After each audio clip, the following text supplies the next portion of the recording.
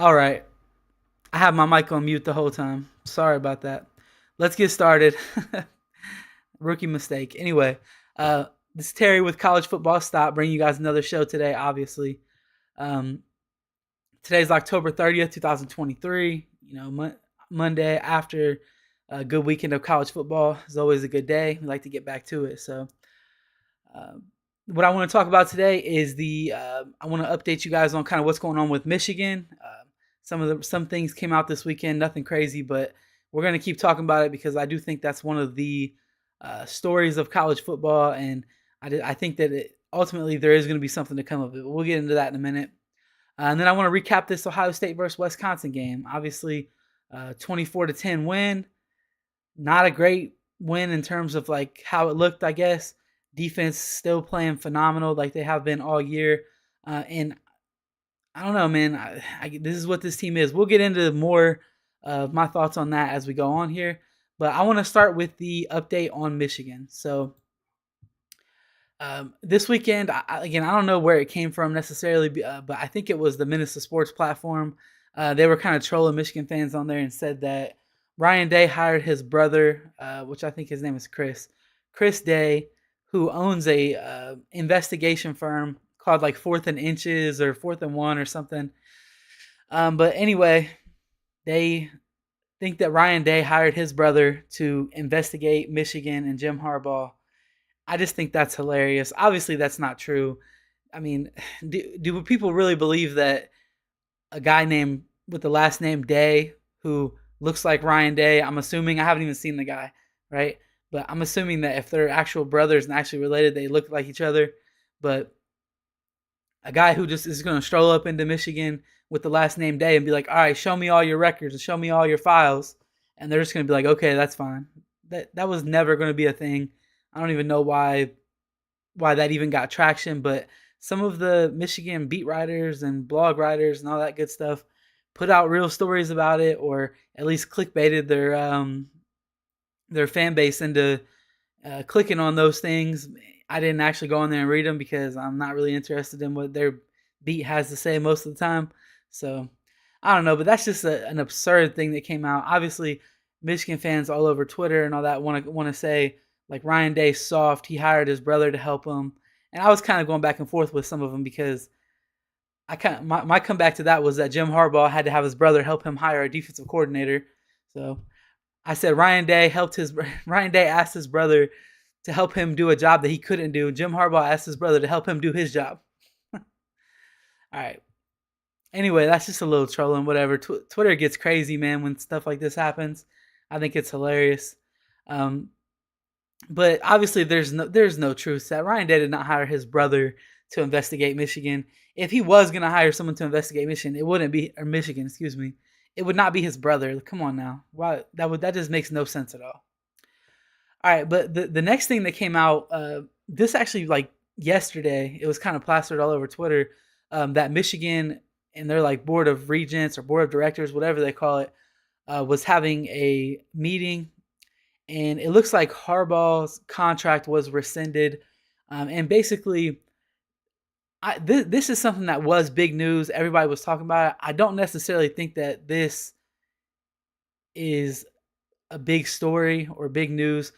It would not be like it would never be in Michigan's interest to have Harbaugh complete a contract negotiation right now while they're in the middle of an active investigation on their campus. So I mean, again, that's just something that I think that regardless they would have to rescind that and renegotiate that contract or leave the negotiations open because they still don't know what the outcome of this investigation is going to be. So, if anything, to me, what that does is that just confirms that there is shit going on in Michigan right now. It's not just all fun and games. It's not just like, we're saying it's an investigation, but it's really not. No, the fact that they're putting this off means that shit is really going down there.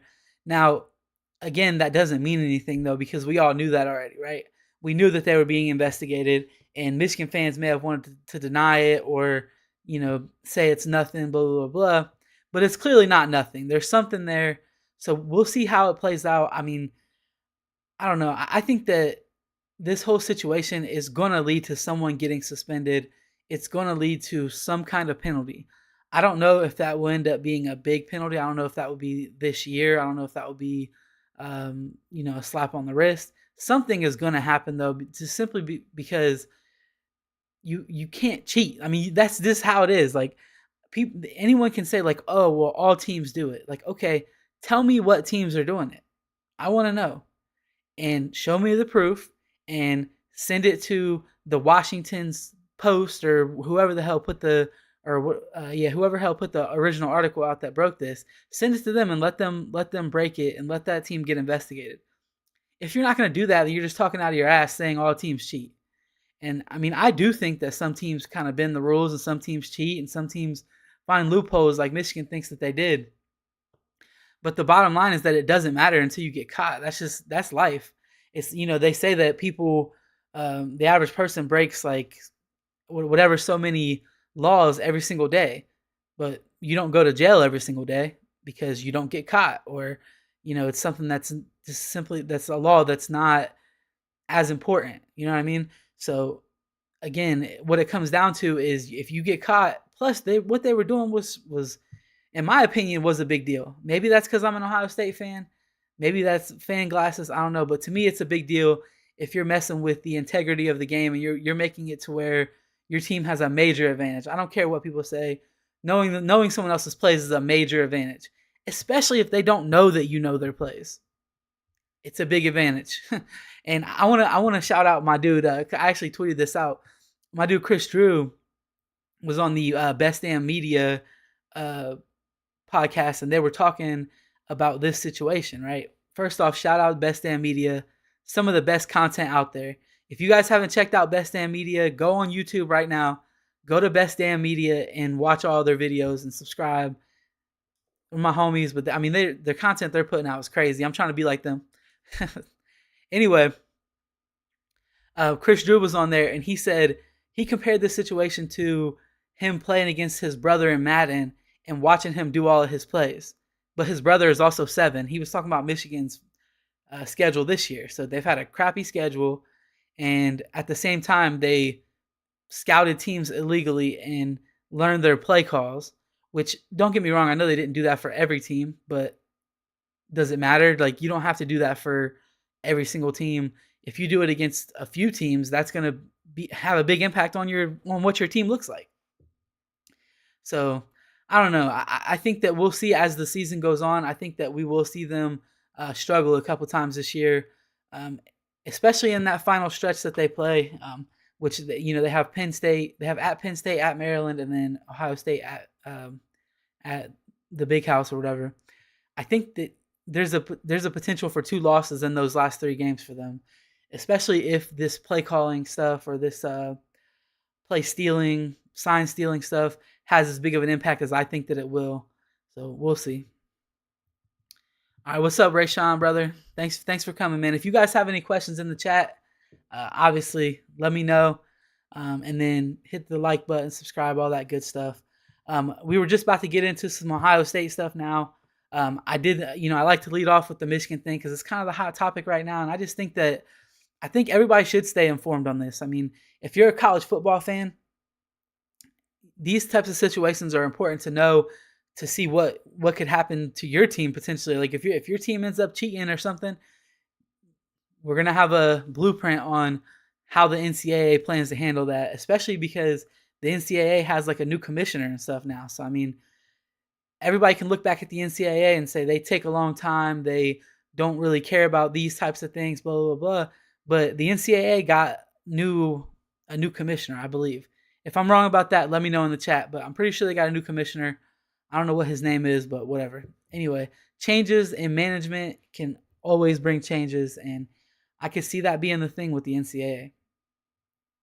All right, so I want to move on from that stuff. Like I said, I want to get into this Ohio State versus Wisconsin game. So my question on Twitter, my question for this show is, was that a good win, right? People can, obviously winning is good. No matter what, if you get a dub, you're going to be happy about that, especially when you're undefeated. Win and advance. Win and advance is kind of how it is, right? But if you're an Ohio State fan, you know that just simply winning a game doesn't tell you how good your team played. That's the good thing about college football is you have to watch the games. Um, a team could play and win by 20 points and they didn't play their best game, or a team could play against another really good team, play their best game and lose. It is what that's college football. That's why I love it, right? So to me, the short answer for this question is no. I don't think it was a good game. I think that the defense played a really good game, and the offense simply just won out, but with talent. So I want to get into that talent now because I want to do some position grades. I'm going to start with the offense, but I'm going to save quarterback position for the last one because it's I don't want to start off with negative. All right. Anyway, I'm going to start with the offensive line. I love talking about this offensive line because I think that they're progressively getting better and better and better as the year goes on, right? And a lot of people early in the year were thinking, okay, this offensive line is not getting better as the games progress. People were even talking shit about Justin Fry, saying like he's probably not the guy. I've stood on this the whole time that they're continually progressing and they're continually getting better. And I don't think that we have as bad of players on this line as people think. I think when you look at the tackles, a lot of people think Simmons and Fryer are not very good. I don't think that. I think they're both really good players. I think Simmons has a chance because he'll be back next year for sure, right? He's a sophomore. I think Simmons has a chance to develop into like a first round pick because he has the athleticism. He has Justin Fry, and I think that he can develop into that. Like I said, right now he's not a first round pick, but I'll tell you what, he's played his best game against some of the best teams that we've played this year. And Wisconsin had a pretty good defensive line. So I don't know, man. I love what I'm seeing from those guys. Overall, for the grade, I'm going to give them an A for this game. I think they played phenomenal. There was a couple breakdowns in pass coverage, but I think that the breakdowns in pass coverage on this team are kind of blown out of proportion because every time that a pass coverage breakdown happens, it leads to something ugly, a sack, a strip sack, a errant throw from the quarterback. I mean, that's not always the offensive line's fault. Like, obviously, if you get beat, you get beat. Okay, that's your fault. But the quarterback is allowed to move. If one person gets beat and the rest of the team is not beat, the rest of the offensive line is not beat, there's no excuse for the quarterback to not move to the spot where there's not a defender. And, I mean, I don't know. We'll get into that when we talk about the quarterback position, though. Let me see here. So moving on from the offensive line, I want to move on to the tight end position. So I don't think this was their best game. Cade Stover, I don't think he even had a target, and then G Scott's just never been like super impressive to me. He's obviously a really good player, but he's never been super impressive. He's never been a guy who I think is just going to go out there and take over a game. Cade Stover is able to do that. Now I have a theory, and I haven't seen this anywhere else yet, right? So you guys are going to see this for the first time, and if this is not true, then whatever. But this is what I think. So I was looking at Ohio State's punt coverage team, and some of the guys on there were surprising me. Like it was G. Scott, Cade Stover, Julian Fleming, Jaden Ballard, obviously, Xavier Johnson, Chip Trayanum, right? So I think that's too many starters to be on your coverage team, but whatever. That's just what they like to do. I think that Cade Stover in the first quarter of this Wisconsin game, I think he got hurt, and I think he got hurt on punt coverage.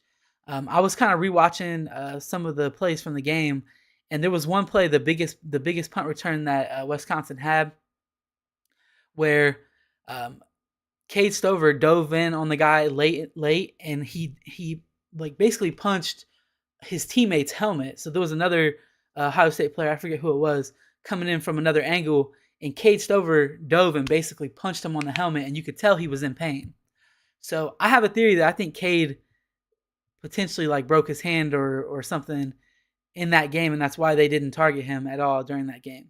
We'll see. They may not ever tell us if something like that happened, but you could tell by watching the play that he got hurt. And I just don't think that you want your tight end who is building to have a phenomenal year. You know, your offense is already struggling, right? You lose Cade Stover, that puts the offense behind more. I don't want him to be out there on punt coverage, especially like if he's going to be risking getting hurt. I mean, dude, if you lose Cade Stover, that's a big hit to this offense. I don't care what anybody says, regardless of how you feel about him. If you lose him, the offense takes a hit. Anyway, as far as the grades go, for the tight ends, I'll give them like a B. I think they did a good job in blocking, and I don't think G Scott really did anything bad in terms of like his receiving play. I think he was fine, but not having Cade out there catching the ball is definitely it hurts this offense, especially when Emeka Egbuka was out. Talking about Emeka being out, let's go ahead and transition to the wide receivers. All the wide receivers on this team in this game didn't really do much. I think Carnell Tate had one catch. Here, I'm about to look it up so I can tell you the exact numbers. But obviously, Ohio State has Marvin Harrison Jr., man. It's going to be hard for Ohio State's wide receivers to grade out bad when they have Marvin Harrison Jr. because they have the best player in college football. And honestly, like, I don't think that I don't think it's crazy to think that Marvin Harrison Jr. can win the Heisman this year. I really don't, because if you look at every single player who's in that conversation, they've had bad games, they've had losses. If Ohio State goes undefeated and beats Michigan and Marvin Harrison Jr. Puts up numbers in that Michigan game, I think that he's going to win the Heisman. I don't think that they'll be able to take it away from him. So we'll see how that plays out. But I do want to look at, like I said, the wide receiver stats. So outside of Marvin Harrison Jr., wide receivers in this game had 2 catches for 19 yards, 1 catch for 14 yards. So 3 catches for 33 yards total between Julian Fleming and Carnell Tate. Now, that's not a negative to them because I don't think either one of them were targeted too much. Obviously, Fleming had the drop on the deep ball, which, I mean, that's I don't expect Julian to go out there and make plays like that. Me personally, I know Ohio State does, but we haven't seen him make contested catches. We haven't seen him be that type of wide receiver. So I'm not going to ask a guy to do something or expect a guy to do something that he is that he's never shown that he can do in terms of in the actual game. But anyway, I'm giving the wide receivers an A grade. Marvin Harrison Jr., 6 catches, 123 yards, 2 touchdowns, 20.5 yards per catch. That's an insane number, that 20.5 yards per catch. And I mean, I think Marv's been doing everything right this year. I think he's been getting open. I think he's been even throwing blocks when necessary. And then obviously his natural talent to go up and get the ball when it's in the air is like, I think second to none, especially when you look in college football. Now, while I'm talking about the receivers, I didn't mention actually the second leading receiver on this team in this game was Travion Henderson. Okay, Travion Henderson had 4 catches for 45 yards. He's just a guy that I've been touting forever as one of the best players on this team, and I still think that. I think that he's due to have a huge last or second half of the season if he can stay healthy, because obviously he's had those issues of not being healthy. But I'm going to use that to transition into the running back grade. I'm giving the running backs an A also. I think that they played a phenomenal game in terms of pass blocking. And then you look at Travion Henderson's numbers. This was a hell of a return party for him. 24 carries, 162 yards, 6.8 yards per carry, and a touchdown. And, I mean, Wisconsin's defense was playing good, but Ohio State's offensive line and Travion Henderson were just better. And that's just that. So I'm super glad to have him back. The second leading running back on this team was Xavier Johnson. Obviously, he's playing that like wide receiver, running back position. XJ has always been effective. Whenever he's in the game, it's like I expect him to get at least like 7 yards when he touches the ball. And how convenient, he averaged 7.2 yards per carry. So, again, I think XJ is better at that running back position than he is splitting him out as a receiver. We've seen him have a few drops this year at receiver, and I hate that for him because outside of like a few drops, he's really never had a bad play at Ohio State, and he's just been a great player. But I'm giving the running backs an A. Only other running back that really had carries was Chip Trayanum, 6 carries, 13 yards, 2.2 yards per carry. And honestly, I don't even think that does justice what Chip did. It seems like every time Chip touches the ball for Ohio State, it's a big moment, right? When I say that, I mean There was, look, moving it back to the receiving section, Chip had 2 receptions for 7 yards. One of those receptions, it was like a 3rd down and 5, and he caught the ball in the backfield and had 2 defenders coming at him, and he split the defenders and got the first down. It was a huge pickup on a 3rd down.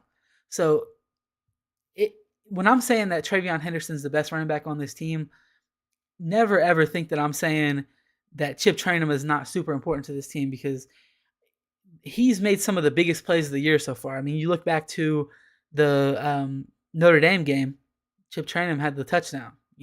Chip Trainum had a couple big plays in that game. So I don't want anyone to ever think that by saying I think this player is the best at this position that I'm down talking another player, because I'm not. And Chip is a huge part of this team, and I think that he is someone who brings that attitude and that like tenacity to the offense that we don't really have, because I don't necessarily think that our quarterback has that. So let's go ahead and talk about it now. Obviously, the game against Wisconsin was not Kyle McCord's best game, probably his worst game as a Buckeye. Maybe I'm wrong about that, but maybe like the Indiana game in the beginning of the year was worse. But I think personally that this was his worst game. 3 turnovers in the first half of the game, 2 interceptions, and a fumble the fumble was on 4th down. Okay, but at the same time, like, you got to try to make a play. It's 4th down, dude. You can't just take a sack. Early in the year when Devin Brown was getting some reps, there was a play where it was 4th down and he rolled out to the right and didn't throw the ball and ended up getting sacked. And a lot of people were giving him flack for that. Obviously there's the Devin Brown, Kyle McCord like civil war, which I think is about to pick up even more after Kyle McCord having this bad game. But I'll hold that thought for now. But anyway, a lot of people were giving Devin Brown flack for that. And that was early in the year, and he hardly ever gets reps. So, if we're going to hold him to accountable for something like that, we need to hold Kyle McCord accountable for a play like this where you get a strip sack on 4th down. You got to get rid of that ball. And if I'm not mistaken, on that play, if you go back and watch that play, Marvin Harrison Jr. was wide open. Like, nobody near him wide open. So, I mean, I don't know. I don't know what to say about that. I'm not impressed with what Kyle's been doing. I mean, he makes a couple good throws in the game, and then I feel like the rest of the game, he either misses the throw, or he's completely wrong reading the defense, or he's in the pocket looking like someone who's never played quarterback before. I hate to say that, but I mean, when someone's played quarterback their entire life, I expect them to be comfortable in the pocket. I expect you to be back there and be able to maneuver and be able to scramble if you need to, and be able to hold on to the ball if you do get hit, especially when you're not getting hit from your blind side, that never happens to Kyle. He doesn't get hit from his blind side because, excuse me, because as much as people have hated on Josh Simmons, or Jimmy Simmons, whatever, he's been a phenomenal player in my opinion, especially physically. Like, he may make a mistake in the run game, a mental mistake, go to block the wrong guy, something like that. But if you're going to line up your best defensive end in front of him, he's going to win that almost every single time. So, I don't know. Kyle has to get better. And he's injured now too. So, a lot of people were going to say I'm being too hard on him with him being injured. But before he even started really limping, when he was looking comfortable, he wasn't playing well in this game. And that's just a fact. That's just how it is. So, he has to get better. I'm going to give the grade for Kyle McCord as a C minus, or a D. Actually, I'm going to give him a D in this game. I mean, looking at his numbers, 17 of 26, 226 yards, 2 touchdowns, 2 interceptions. And even, Ryan Day came out and said that he felt like the 1 interception was not Kyle's fault, because the defender made a good play, and it was just like a reading the defense issue. But I mean, I've never given a quarterback an excuse for throwing an interception just because the defense was playing, like they were in the right defense to defend that play. Like, I don't know. I don't think that that's an acceptable excuse.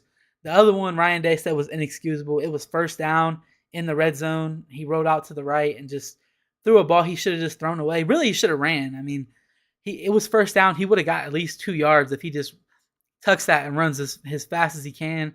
But instead, he wants to try to force it and throws an interception in the end zone, which, I mean, In a game like this, if the defense didn't hold up the way that they did, that interception would have been something that would have haunted all Ohio State fans forever because it was a red zone play. It was I think they were on like the 10-yard line or something. I mean, again, that simply just cannot happen. And I hate that this is happening this late in the year because, I mean, I get it. Wisconsin's a tough place to play, but that's not a great football team that they were playing against. And I just think that um, at this point in the year, with all the experience that Kyle McCord has had, he's played against good teams, he's played against bad teams. Like, I mean, you're not a new quarterback anymore. Like if you look at, let's say you have a true freshman on the team, right? Let's say Jermaine Matthews, okay? If no, not even Jermaine Matthews because he hasn't been starting all year. Anyway, just picture you have a true freshman. They come in, they're a day one starter on your team, right? When you get to game 9, is that a true freshman? Are they supposed to be making true freshman mistakes? In my opinion, no. Like, you're not a true freshman anymore. You've played almost an entire season of college football. Okay, you haven't had 2 off seasons of college football, whatever. But I think the in-game reps are more important than the off season. You're going to get better as you continue to play the game. So I don't know. With Kyle, he's not a young quarterback or a new starting quarterback, in my opinion, anymore.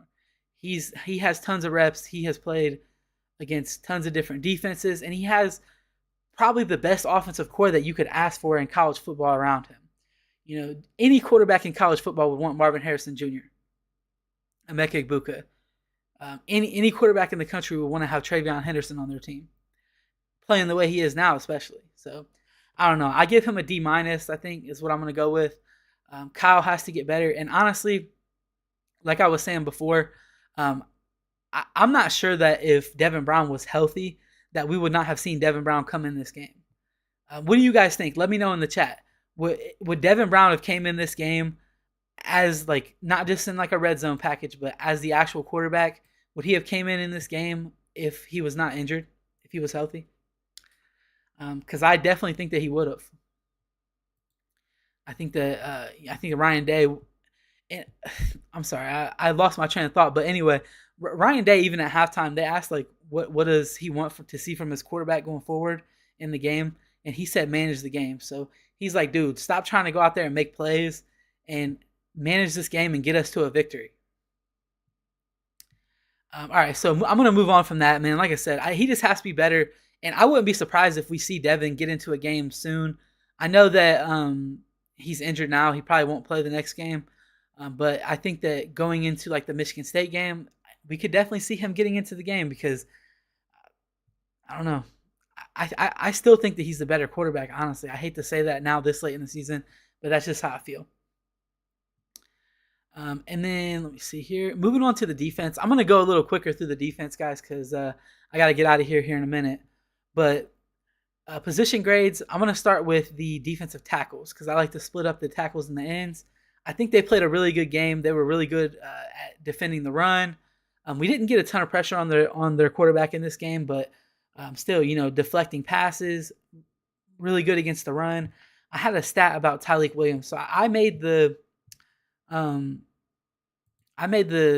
tweet like a few weeks ago comparing how Tyleik Williams' stats looked to Jalen Carter from Georgia last year, and he had similar stats through like 7 games that Carter had for the full season. So I went back and was looking at other defensive tackles who were like high round draft picks, and looking at Jordan Davis from 2021 on that Georgia team, probably the best defense ever, right? This guy was the 13th overall pick in the 2022 draft. In his total of 15 games in the season, he had 32 tackles, 5 TFLs, 2 sacks, 1 pass deflection. Tyleik Williams in 8 games this year has 33 tackles, so more tackles, 8 tackles for loss, more tackles for loss, 2 sacks, the same amount of sacks as him, 5 pass deflections, way more than what he had, and he has one fumble recovery for a touchdown. I think that we don't appreciate enough of what Tyleik is for this team, and we're gonna miss him, even though we got some dogs coming up behind him. So, I hope he ends up having one of the best seasons from a defensive tackle ever. I mean, he's playing phenomenal, and I think that he could just continue getting better as the year goes on. I'm giving the defensive tackles an A grade. Moving on to the defensive ends, I think Jack Sawyer probably played his best game as a Buckeye in this game. Really good defending the run, and he was actually getting a little bit of pressure out there. So I'm going to give the defensive ends like a B grade. I think it wasn't their best game, especially when Wisconsin was passing. They were not getting a lot of pressure, but um, it is what it is, man. I mean, they played a good game, and I'm not going to hold them too high in terms of like expecting them to get 3 sacks a game or anything like that. Actually, yeah, talking about the defensive tackles, I see my dude Rashawn here in the chat says Hero Canoe is going to be a dog, man. And shout out to my dude Truther from Best Damn Media. He constantly talks about Hero, but he is the guy who is like new to football, basically. But he's looking like a great player. There was the one play that he had in this game. Um, I don't know how many actual plays he got, but when he was out there, he made an impact. Which there was like a run play Wisconsin had, and Hero completely dominated the dude that was blocking him. I mean, he grabbed dude and threw him to the ground and then tackled the running back. And I mean, having that meanness and that attitude on this team is just something I love to see. So I'm mad I forgot to mention Hero. He played great. Mike Hall did too. I'm sorry, I was trying to go a little quicker because I got to get out of here in a minute. But anyway, A grade for the defensive tackles. I'm gonna say B grade for the defensive ends. Linebackers, I feel like actually played a really good game. They are a problem in pass coverage, though. There was multiple times in this game where um, Wisconsin was able to convert like a third down and 10 plus, and a lot of that was on the linebackers in coverage. I'm going to grade them out at a B because I think they played really well against the run, but there are issues in coverage that don't really show their heads too much. I mean, teams don't just drive the field and score touchdowns on Ohio State because of the linebackers in coverage. It just can allow teams to come to get a big play in a moment, in like an important moment. You know, like again, there was multiple times it was third down and 9 or 10 or 12, 15, and Wisconsin converted by kind of targeting the linebackers in the passing game. The safeties, I feel like played a pretty good game. This grade is actually probably going to be lower than most people. I think that Lathan Ransom got hurt. Obviously, prayers up to him. I hope that he gets better. I hope that he's ready to play next week, but he might not be. He kind of had a non-contact injury, but I don't think he was playing his best game prior to having that injury.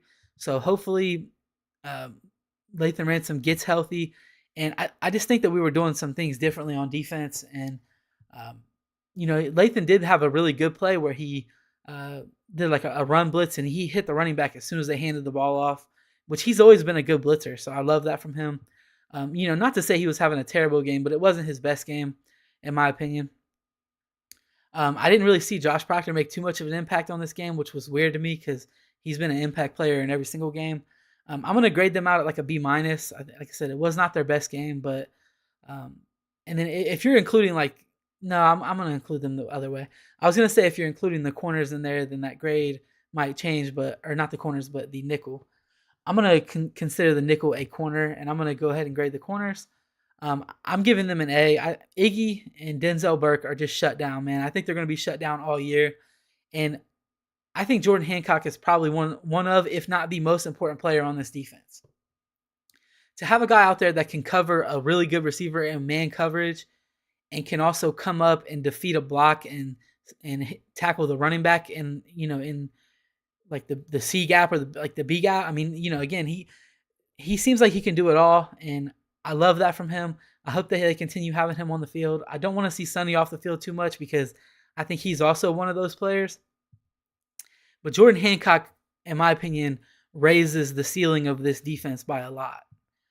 So I'm going to give the cornerbacks an A grade, like I said. I mean, I think they just played a phenomenal game, and I really think that they're going to play good every single game. I don't think that there's a wide receiver unit out there that's just going to torch these defensive backs that we have on this team. So this defense can win this team a championship, in my opinion, but the offense has to get better because the offense could lose this team a game, and that's where we would run into a problem. But listen, I got to go, guys. Sorry to cut the show short a little bit.